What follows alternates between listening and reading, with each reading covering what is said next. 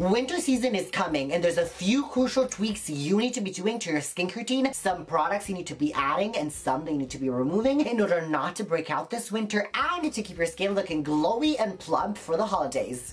Hi guys, today we're talking all about winter skincare. This is the year where we finally put an end to dull, dry, flaky looking skin in the winter and say yes to glowy, moisturized skin all year round. I mean, there's already so much going on this year that I don't think I could handle having dry, flaky skin on top of everything else. And with these tips that I'm about to give you in this video, you won't have to either. Now, I'm sure we've all enjoyed our quarantine lockdown summer, but now a few things are changing. So not only is the air outside getting colder and therefore the weather is getting harsher on our skin, but on top of that, in our houses we are starting to turn on the heaters, and that can also impact our skin and therefore make it a lot drier. On top of that, most of us also get an increase in sensitivity and in redness due to those changes in the weather, as well as we tend to cling on all those dead skin cells, and that is the cause for dry, flaky, dull looking skin. But no ma'am, this is not where we're gonna do this quarantine winter. Now, to be completely honest, there's no need to revolutionize and change your whole entire skincare routine. No, you just have to tweak a few things. So let's start from the very top. Cleansing is one of the most important steps in your skincare routine all year round. It is really crucial to remove all that dirt, all that buildup of makeup, sebum, and clean everything so to apply our skincare. Now, during the summer, we all tend to get a little bit more oily, a little bit more juicier, especially us oily skin types. That is why we gravitate more towards foaming cleansers. So if in the summer you were using a more jelly consistency kind of cleanser, like for example, a Paula's Choice foaming cleanser, CeraVe foaming cleansers, a simple gel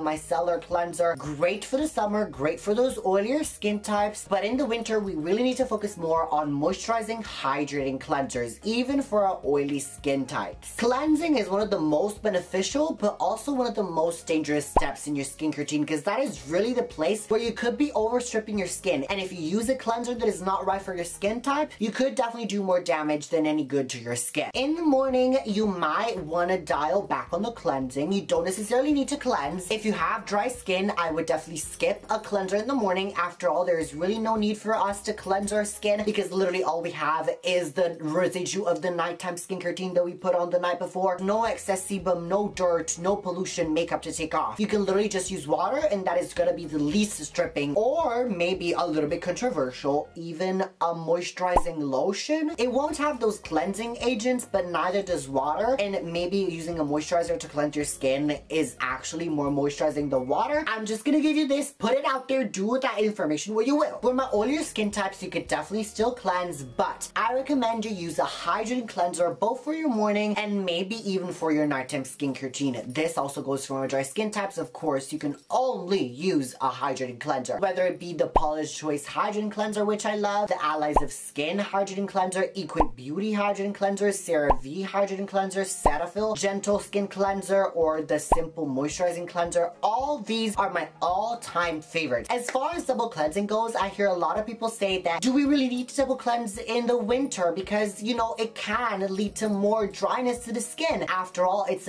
adding another step of cleansing. You don't need to be honest. You could just wash your face twice with your hydrating cleanser. If you have oily skin, you could definitely keep on using it. If you're not seeing that it's drying your skin, then that definitely could still be okay. You don't even have to change your cleansing balm. It can literally be the same one. Now that we got our cleansing step locked in place and down to T, is now time to focus on toners, essences, and usually most people use toners in a way of chemical exfoliation, so through AHAs and BHAs, which I totally love as the way of exfoliation. Now, I know that a lot of people actually stop exfoliating during the winter because they feel like it is going to dry out their skin even more, and they also stop retinol, but that's for later on in this video. I'm just, we're gonna get there. But I really feel like you should not stop exfoliating at all during the winter. You can change the exfoliators that you are using, but definitely don't stop. Exfoliation in general is gonna be the only way to keep that skin looking youthful and plump and glowy. It is gonna be the step that it is gonna get rid of that dulliness,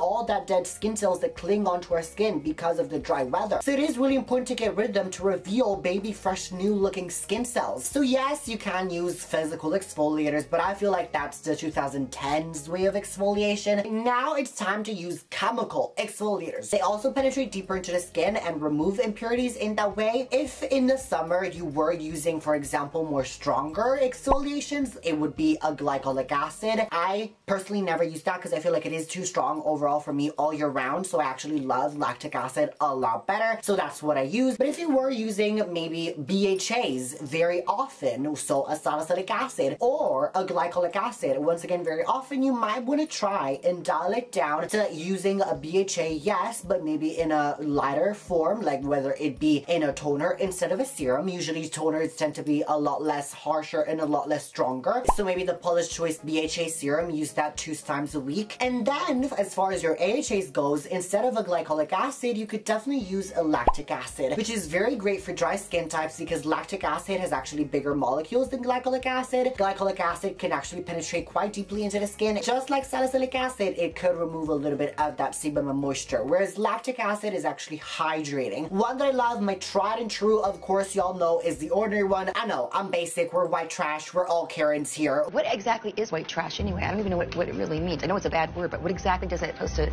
I don't know, maybe we are white trash. The Ordinary is the go-to. It's amazing. There's so many other great ones, like for example, Naturium just came out with amazing AHAs. I also love the Paula's Choice lactic acid, the Good Molecules lactic acid. All these are gonna be amazing that I totally recommend. So lactic acid is definitely great for dry skin types and oily skin types, but maybe if you can't even handle lactic acid and you feel like it is too drying or too irritating, you might want to try using mandelic acid or tranexamic acid or PHAs. These are actually going to be a lot, even more gentler than lactic acid. Granted that you should never be using chemical exfoliators on the daily, even if it's just in a toner form. That could be too much. I would say in the winter, you don't want to stop exfoliating, but you could definitely dial it down. So you could use it, for example, just once a week, twice a week. So we did cleansers, we did toners, essences. Just very quickly, you might want to use a hydrogen essence, whether it be a snail mucin based essence. I love those, specifically the Cosrx or the Benton BK content essence. But now let's move on truly to the serum step, which is arguably the one that I have a true passion for. Y'all know that I'm crazy with my serums. I literally apply 5 at a time. But winter is really the time where you need to go ham with it. So in the summer, me, myself, and I even dialed it back to using only 3 serums at once in my routines. But now in the winter, I'm all about using hydrating serum. So you want to try and stay away for things that have astringent properties, even if you have oily skin, because there really is not going to be any need for that, because the outside weather is going to astringe your skin, is going to have those astringent properties on its own. When you come back home, you really need to juice up your skin. Try to stay away from witch hazel, maybe try to stay away from green tea because it also has astringent properties. Some ingredients you should look out to incorporate in your routine are of course going to be hyaluronic acid if you're not using it already, but I feel like everyone is, because that actually is able to absorb 1,000 times its weight in water and actually keep it all in and moisturize your skin. Of course, you have to apply moisturizer after, because if you don't, it's gonna actually draw moisture out of your skin and hold it out, and therefore effectively dry your skin even more. But I'm sure we all know this by now. Also, who doesn't apply moisturizer in the winter? All meet psychos and killers, that too. So if you know someone who doesn't moisturize into winter,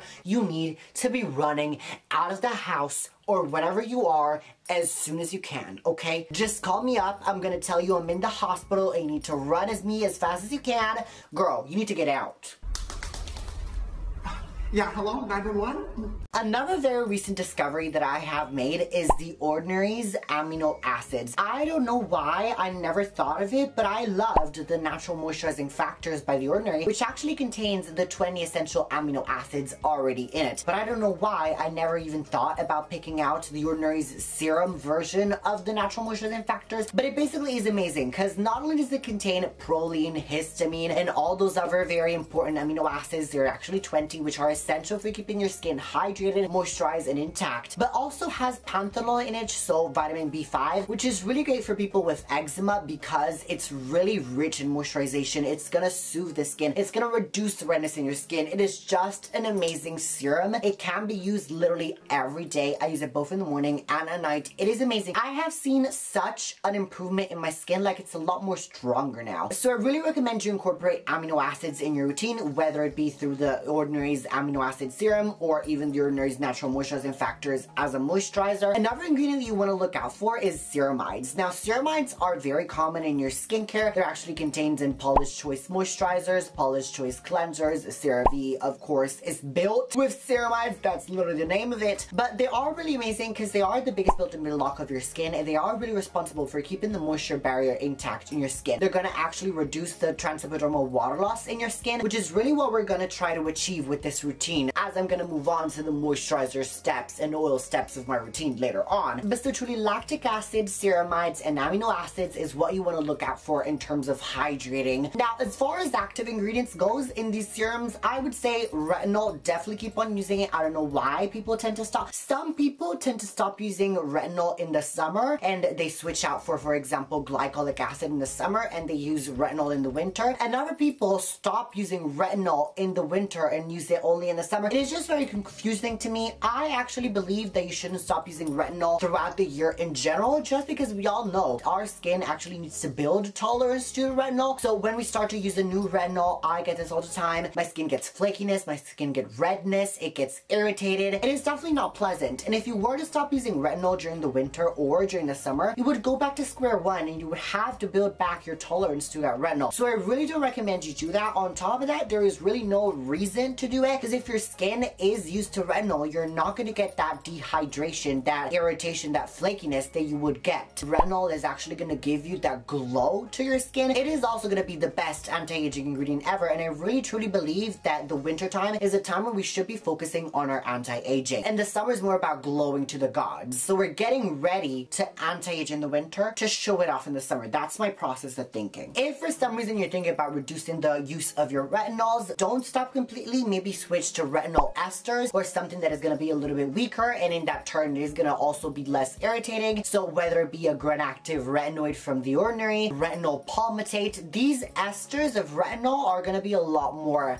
soothing. As far as vitamin C goes, which is also another ingredient that can be very irritating and arguably a little bit drying, like L-ascorbic acid, ascorbic acid. I know that I hate The Ordinary's 23% suspension vitamin C because it is just so strong for me and it is very drying. So just stay away from that just in general all year round. But you could, in the same principle, switch to vitamin C esters. So for example, sodium ascorbyl phosphate or other antioxidant that generally kind of serve the same purpose as vitamin C. So whether it be a resveratrol or an EGCG from the green tea or a vitamin E, EUK from The Ordinary, even though it doesn't have that much research for me to actually recommend it that much quite yet. But all these are still going to give you that antioxidant protection that we all love and cherish, and we definitely need in the winter, because arguably in the winter everyone is taking the car, everyone is outside working, and the pollution levels, I feel like they actually increase. Don't quote me on this, but at the same time quote me. So I really think that in the winter we should be protecting our skin the most with these antioxidants. Antioxidants are also anti-aging, and as I said, I consider the winter to be the best time to be anti-aging. So for that matter, on that same note, this is a time to also be adding more steps to your routine. In the summer, we want a lightweight routine. We don't want to have a thick, greasy coat of a skincare on us. We're basically half naked all the time anyways, so we really want to be free with our tits out, no skincare. It used to be just a little bit ghetto to me.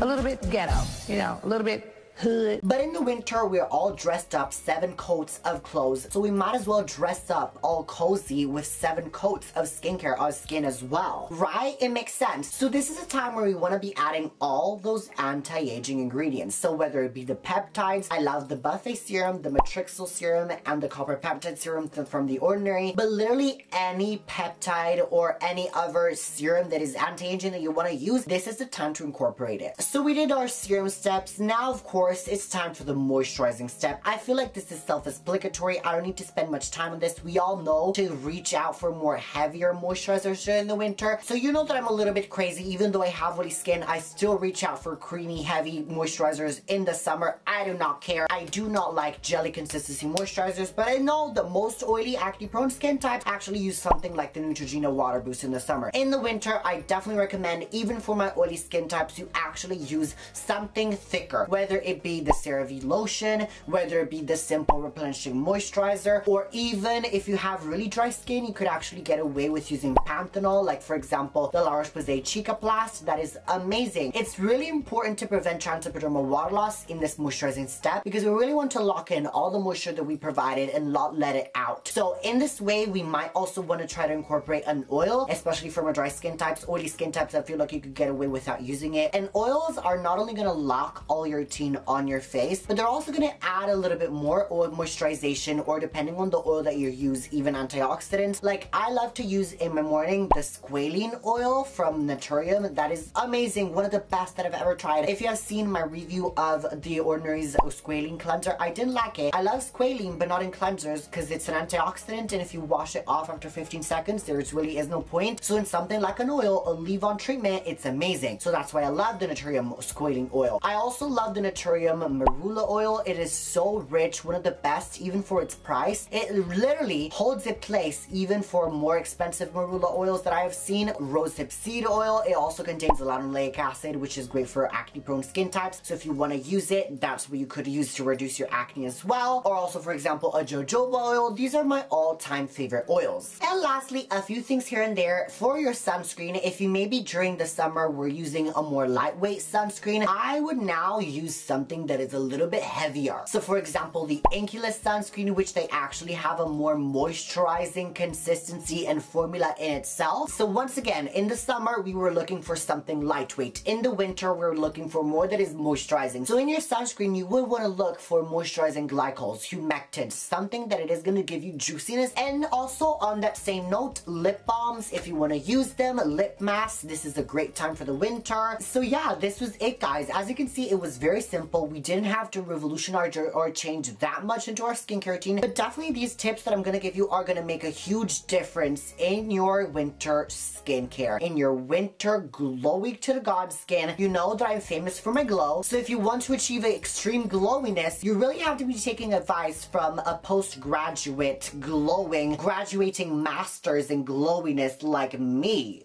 Girl, please. Anyways, randoms, I really want to know if you already knew about these tips. Is there anything that I haven't mentioned that would be one of your secret DIY tips that you want to tell me? Or do you not change your skincare routine at all? Are you one of those brave ones? Let me know in the comments down below, because this is definitely a very interesting topic that I want to know everything in your opinion on this. But anyways, guys, if this was the first video you saw me, might maybe interest you into joining our family, all you have to do is literally subscribe and turn the bell icon so you don't miss any new uploads. If you are about fighting acne, wrinkles, fine lines, getting your skincare routine onto TV, this is the place for you, and I would love to have you part of the family. Mwah! On top of that, you need to be following me on my Instagram and on my TikTok, both of my random. There's a lot more skincare you will not see here that you are gonna see there, and it's just like deepen the bond that I have going on, because I can feel it. And you can also, of course, DM me on my Instagram if you need any help. Do not hesitate, because I would love to help you out. Mwah! And now, to randoms who are still watching, you know what time it is now. It's time for the Italian word of the video.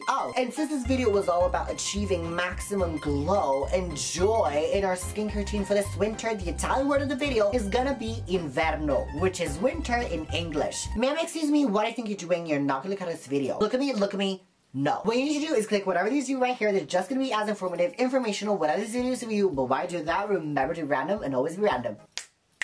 And I swear, click one of them too, or I will tell Jack Frost to come nip at your nipples and at your door. And at your skin as well. So you're gonna be cracking all over. You do not want to do that, so you need to be clicking.